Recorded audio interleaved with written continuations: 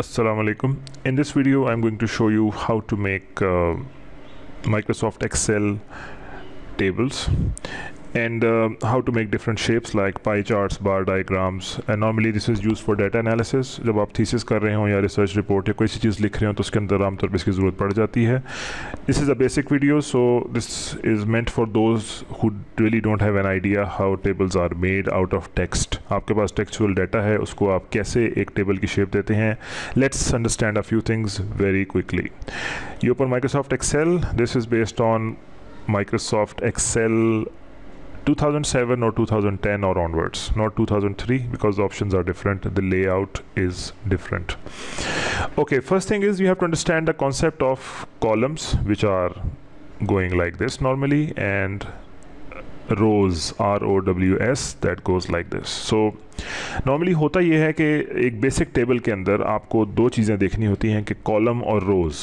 आप कॉलम में कौन सी इन्फॉर्मेशन लिख रहे हैं और रोज़ में कौन सी इन्फॉर्मेशन लिख रहे हैं. It is just like a tabulation that you have to understand. अच्छा, for example I am going to get a little descriptive here. For example आपके पास डाटा है, जिस डाटा के मुताबिक आप एनालाइज कर रहे हैं कि आपके पास डाटा के दो डेमोग्राफिक्स हैं. आप कहते हैं कि इस्लामाबाद में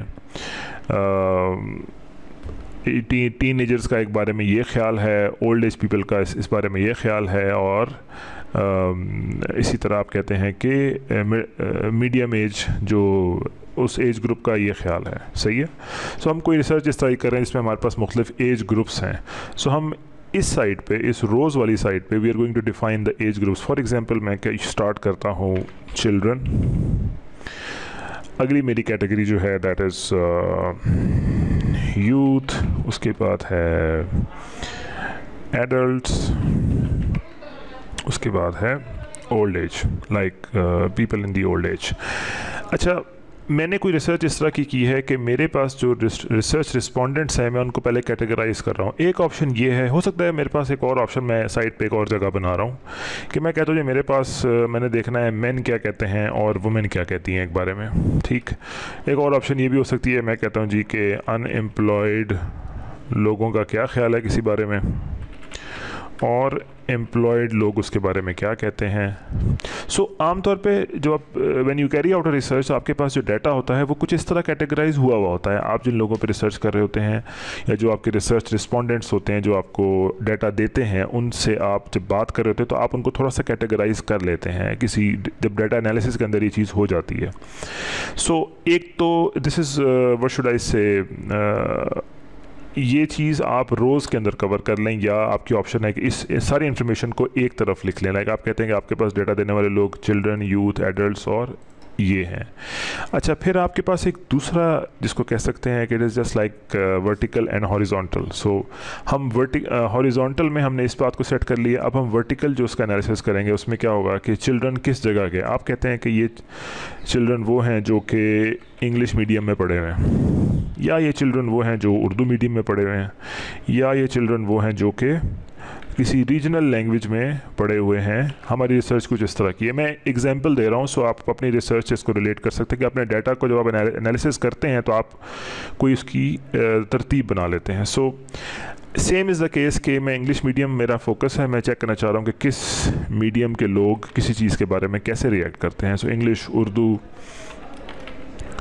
ठीक. This could be Hindi as well, चलें. दिस कुड बी हिंदी और एनी. मेरी रिसर्च रिस्पोंडेंट्स इतने ज़्यादा थे कि मैंने उनसे इस तरह कलेक्ट किया. अच्छा, अब English medium children, English medium youth, English medium adults and English medium old age. ये मेरा क्वेश्चन नंबर 1 था जिसके अंदर मुझे डाटा चाहिए. एक क्वेश्चन के जवाब में, अब देखें क्वेश्चन यहाँ हम नहीं लिखेंगे क्योंकि इसकी जो डिस्क्रिप्टिव डिटेल्स हैं वो आपके डॉक्यूमेंट के अंदर कहीं ना कहीं चल रही होंगी. आप लिख रहे होंगे कि according to the following figure it is evident that फलां क्वेश्चन के आंसर में लोगों ने इस तरह जवाब दिए. आपने जवाबों को एक शक्ल देनी है, graphic representation like this one. ठीक. I am going to remove this one. Okay. So हमने पूरी डिस्क्रिप्शन यहाँ दे दी, क्वेश्चन यहाँ पे दे दिए, जिस क्वेश्चन के आंसर्स का एनालिसिस आप कर रहे हैं. सो अब हम क्या कर रहे हैं, we are just needing a data, not a data, the data. So हम कहते हैं कि सवाल के जवाब में चिल्ड्रन जो इंग्लिश मीडियम के थे उनमें से उनका 5 ने ये जवाब दिया। यूथ कहती है नहीं 5 नहीं 4, एडल्ट्स कहते हैं 10, और ओल्ड एज के ख्याल में ये चीज़ मतलब on the scale of 1 to 10 उन्होंने इसको 3 पे कहा। उर्दू मीडियम ने on the scale of 1 to 10 इसको 8, 4, 6, 1। ठीक। रीजनल लैंग्वेज, किसी ने कोई रीजनल लैंग्वेज में किसी के ब्रॉटअप है, उसके रिस्पॉन्सेज कुछ इस तरह के थे on a scale of 1 to 10। ये आमतौर पे स्केलर रिसर्चेस के अंदर ये चीज़ आ जाती है। If somebody has studied Hindi, so उनका कहना ये है। ठीक। अब आपके पास आपके एक क्वेश्चन के आंसर की एक डिस्क्रिप्टिव डिटेल आ गई। All right, now that we have our data, what are we going to do? Now this is something we will sort very quickly.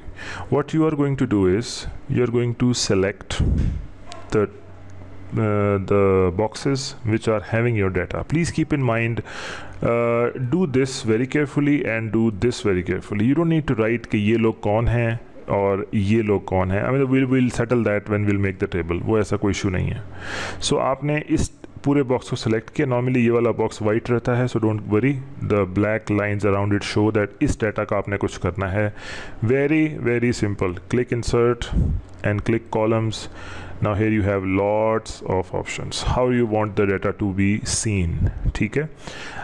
Normally एक बात याद रखिए, जब भी कंपैरिजन होता है इस तरह का, जब आप मुख्तलिफ रेंजेस में बात कर रहे होते हैं, तो नॉर्मली ये बार डायग्राम्स आर गुड बिकॉज वो फिर आपको बताते हैं कि एक ने ये कहा दूसरे ने ये कहा, तो it will show you a side by side stuff.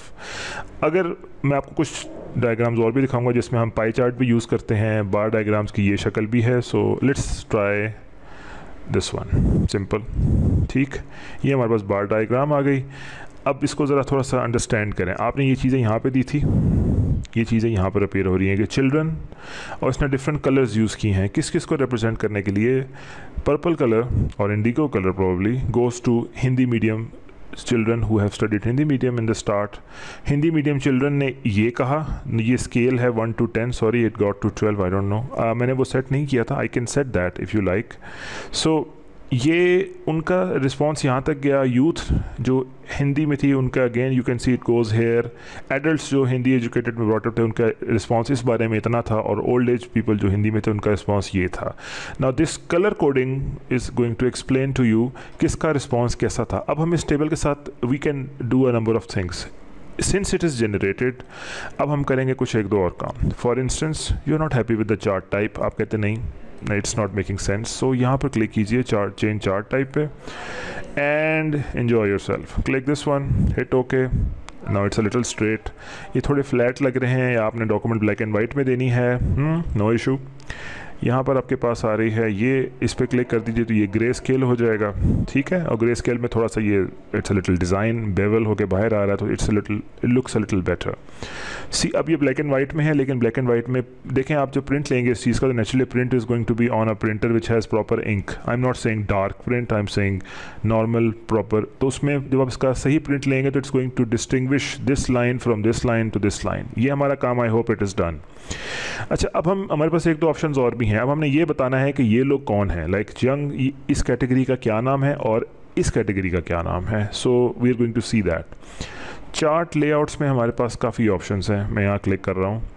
अच्छा, चार्ट टाइटल, इस चार्ट का टाइटल क्या है ये आपकी मर्ज़ी है, आप यहाँ पे दे दें, या फिर यहाँ पे जिस तरह मैंने बताया था कि यहाँ पर आप उसको इंसर्ट करके राइट क्लिक करके कैप्शन यहाँ डाल दें। मैं इसको प्रेफर करता हूँ क्योंकि ये आप इस प्रोग्राम के अंदर करते हैं, तो फिर आपके लिए वर्ड में इसकी टेबल ऑफ फिगर्स जनरेट करना आसान हो जाता है, because you work it here. अगर आप इसको यहाँ पे डाल देंगे तो वो पिक्चर का पार्ट बन जाएगा, so that's not going to be making any sense. एक बात तो ये एक्सेस टाइटल, ये होते हैं axis, X axis Y axis, मतलब ये इस लैंग्वेज में they are known as that. आप एक्सेस टाइटल्स देना चाहते हैं, आप कहते हैं कि हॉरिजॉन्टल, इसका टाइटल क्या है, ये आप कहते हैं